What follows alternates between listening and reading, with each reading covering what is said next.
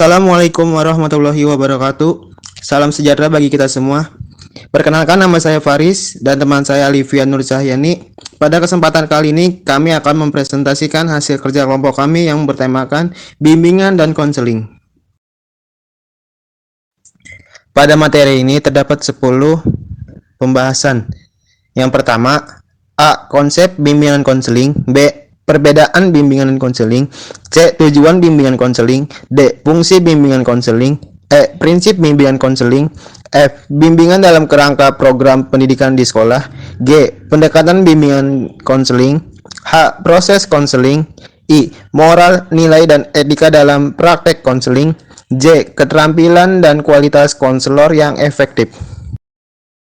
Konsep bimbingan dan konseling. Bimbingan memberi bantuan terhadap individu agar bisa menerima dan memahami dirinya dan lingkungan sekitarnya dan menyesuaikan diri secara positif dan konstruktif terhadap norma dan tuntutan sehingga dapat mencapai kehidupan yang bermakna.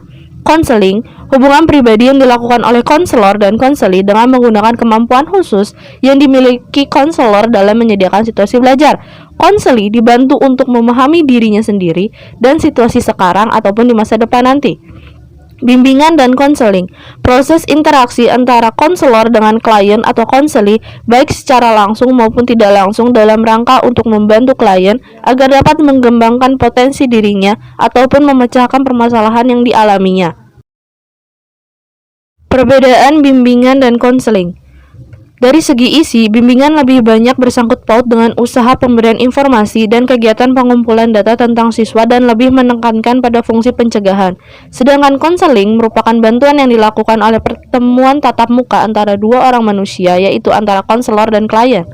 Dari segi tenaga, bimbingan dapat dilakukan oleh orang tua, guru, wali kelas, kepala sekolah, orang dewasa lainnya. Namun, konseling hanya dapat dilakukan oleh tenaga-tenaga yang telah terdidik dan terlatih. Dengan kata lain, konseling merupakan bentuk khusus bimbingan, yaitu layanan yang diberikan oleh konselor kepada klien secara individu. 3. Tujuan bimbingan dan konseling.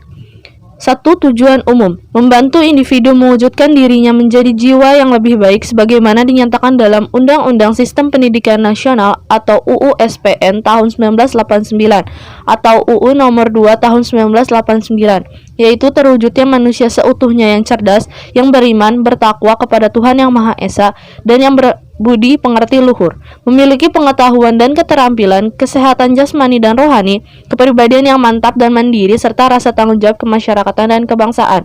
2. Tujuan khusus, untuk membantu siswa agar mencapai tujuan-tujuan perkembangan meliputi aspek-aspek antara lain pribadi sosial, bimbingan belajar, dan bimbingan karier. 4. Fungsi bimbingan konseling. Fungsi pemahaman, membantu konseli agar memiliki pemahaman terhadap dirinya, potensi, dan lingkungannya, pendidikan, pekerjaan, dan norma agama. Fungsi preventif, upaya konselor untuk senantiasa mengantisipasi berbagai masalah yang mungkin terjadi dan berupaya untuk mencegahnya, supaya tidak dialami oleh konseli. Fungsi pengembangan, konselor senantiasa berupaya untuk menciptakan lingkungan belajar yang kondusif, yang memfasilitasi perkembangan konseli.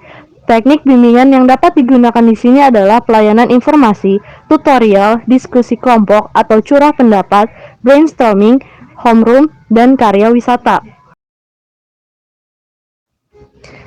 Fungsi perbaikan, membantu konseli sehingga dapat memperbaiki kekeliruan dalam berpikir, berperasaan, dan bertindak atau berkehendak.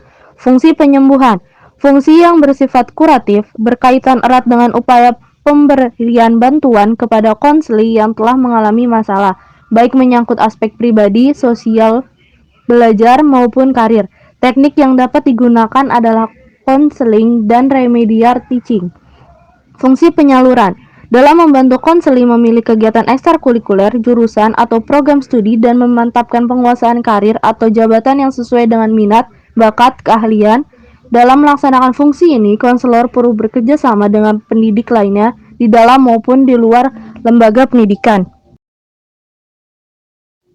Fungsi adaptasi, membantu para pelaksana pendidik, kepala sekolah atau madrasah, dan staf konselor dan guru untuk menyesuaikan program pendidikan terhadap latar belakang pendidikan, minat, kemampuan, dan kebutuhan konseli. Fungsi fasilitasi, memberikan kemudahan kepada konseli dalam mencapai pertumbuhan dan perkembangan yang optimal, serasi, selaras, dan seimbang seluruh aspek dalam diri konseli. Fungsi pemeliharaan. Fungsi ini memfasilitasi konseli agar terhindar dari kondisi-kondisi yang akan menyebabkan penurunan produktivitas diri.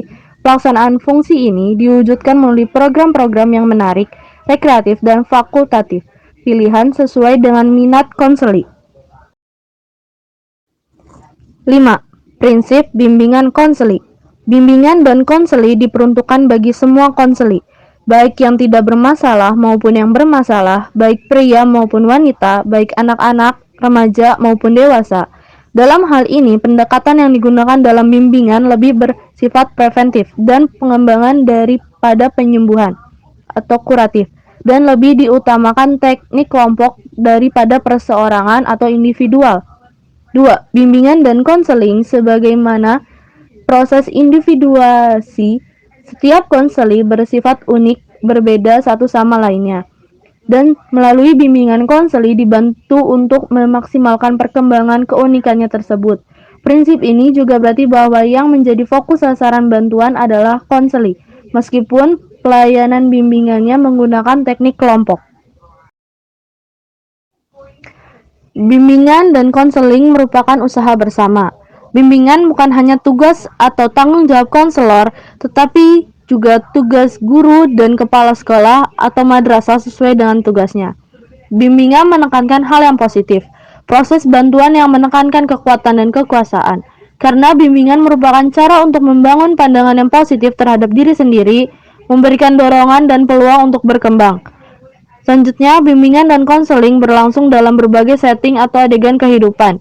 Pemberian pelayanan bimbingan tidak hanya berlangsung di sekolah atau madrasah, tetapi juga di lingkungan keluarga, perusahaan atau industri, lembaga pemerintahan atau swasta, dan masyarakat pada umumnya.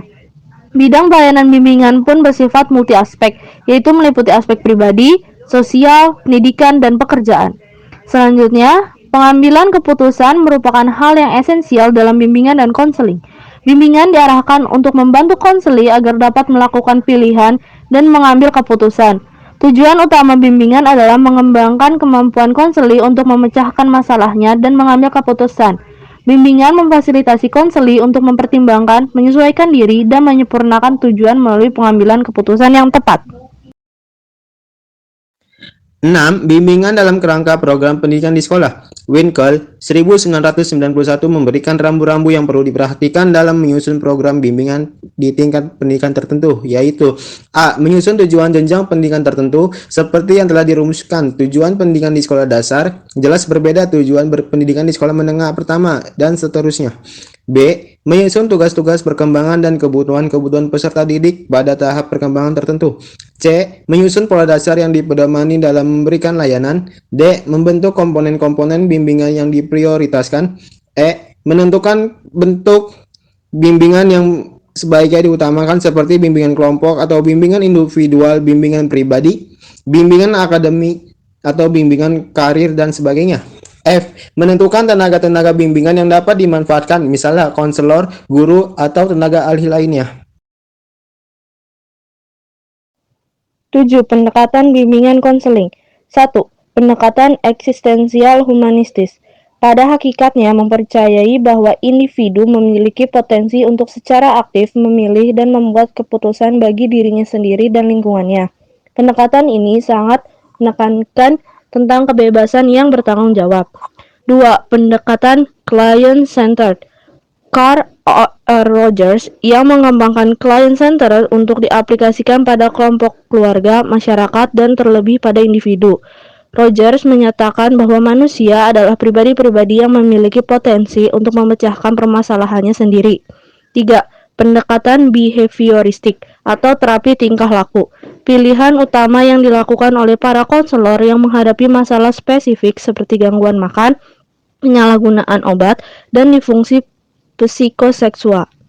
4. Pendekatan krisis. Upaya bimbingan yang diarahkan kepada individu yang mengalami krisis atau masalah individu. 5. Pendekatan remedial. Pendekatan yang diarahkan kepada individu yang mengalami kekurangan atau kelemahan, tujuannya untuk membantu memperbaiki kekurangan atau kelemahan yang dialami individu. 8. Proses konseling. Secara umum, proses konseling terdiri dari 3 tahap, yaitu 1. Tahap awal, tahap mendefinisikan masalah. 2. Tahap inti, tahap kerja. Dan ketiga, tahap terakhir, tahap perubahan dan tindakan. A. Tahap awal. Tahap ini dimulai sejak klien menemui konselor hingga berjalan sampai konselor dan klien menemukan masalah klien. Pada tahap ini, beberapa hal yang perlu dilakukan diantaranya: 1. Membangun hubungan konseling yang melibatkan klien. Raport. 2. Memperjelas dan mendefinisikan masalah. 3. Menegosiasikan kontrak. Membangun perjanjian antara konselor dengan klien berisi 1. Kontrak waktu, yaitu berapa lama waktu pertemuan yang ingin dilakukan oleh klien dan konselor tidak berkeberatan. 2. Kontrak tugas, yaitu berbagi tugas antara konselor dan klien. Dan ketiga, kontrak kerjasama dalam proses konseling, yaitu terbinanya peran dan tanggung jawab bersama antara konselor dan konseling dalam seluruh rangkaian kegiatan konseling. B. Tahap inti atau tahap kerja. Pada tahap ini terdapat beberapa hal yang harus dilakukan, diantaranya: 1. Menjelajahi dan mengeksplorasi masalah klien lebih dalam. 2. Konselor melakukan assessment atau penilaian kembali bersama-sama klien, meninjau kembali permasalahan yang dihadapi klien. 3. Menjaga agar hubungan konseling tetap terpelihara. C. Tahap akhir atau tahap tindakan. Pada tahap akhir ini terdapat beberapa hal yang perlu dilakukan, yaitu: 1. Konselor bersama klien membuat kesimpulan mengenai hasil proses konseling. 2. Menyusun rencana tindakan yang akan dilakukan berdasarkan kesempatan yang telah terbangun dari proses konseling sebelumnya. 2. Mengevaluasi jalannya proses dan hasil konseling, penilaian segera. 4. Membuat perjanjian untuk pertemuan berikutnya. Pada tahap akhir ditandai beberapa hal, yaitu: 1. Menurunnya kecemasan klien. 2. Perubahan perilaku klien ke arah yang lebih positif, sehat, dan dinamis. 3. Pemahaman baru dari klien tentang masalah yang dihadapinya. Dan keempat, adanya rencana hidup masa yang akan datang dan program yang jelas. 9. Moral, nilai, dan etika dalam praktek konseling. 1. Etika dan kode etik dalam konseling, yaitu selama proses konseling berlangsung, seorang konselor harus bertanggung jawab terhadap kliennya dan dirinya sendiri. Layanan profesional yang memanfaatkan hubungan antar individu. Karena itu, hubungan tersebut harus dilindungi dari perilaku yang salah dari pihak konselor, klien, maupun masyarakat. 2. Nilai dalam konseling, yaitu nilai dapat didefinisikan sebagai keyakinan kuat bahwa suatu kondisi akhir atau mode perbuatan adalah sesuatu yang bisa diterima. Konselor yang dididik dalam institusi yang memungkinkan menyertakan nilai klinis dan humanistik dapat kehilangan sentuhan terhadap nilai klien mereka. Ketidakseimbangan kekuasaan dalam situasi konseling memungkinkan klien untuk menilai ketidaksesuaian konselor. 3. Moral dalam konseling, yaitu: A. Integritas, kesadaran, kejujuran, dan koherensi pribadi. B. Fleksibilitas, kemampuan untuk menangani apa yang menjadi perhatian klien tanpa harus mengacukannya secara personal. C. Keberanian, kapasitas untuk bertindak tanpa terpengaruh, tanpa rasa takut, resiko, dan ketidakpastian. 10. Keterampilan dan kualitas konselor yang efektif. 1. Keterampilan dan interpersonal. 2. Keyakinan dan sikap personal. 3. Kemampuan konseptual. 4. Keterampilan personal. 5. Menguasai teknik. 6. Kemampuan untuk paham dan bekerja dalam sistem sosial. 7. Terbuka untuk belajar dan bertanya. Sekian, hanya itu yang bisa kami dapat sampaikan. Kurang lebihnya mohon maaf. Kami ucapkan terima kasih. Wassalamualaikum warahmatullahi wabarakatuh.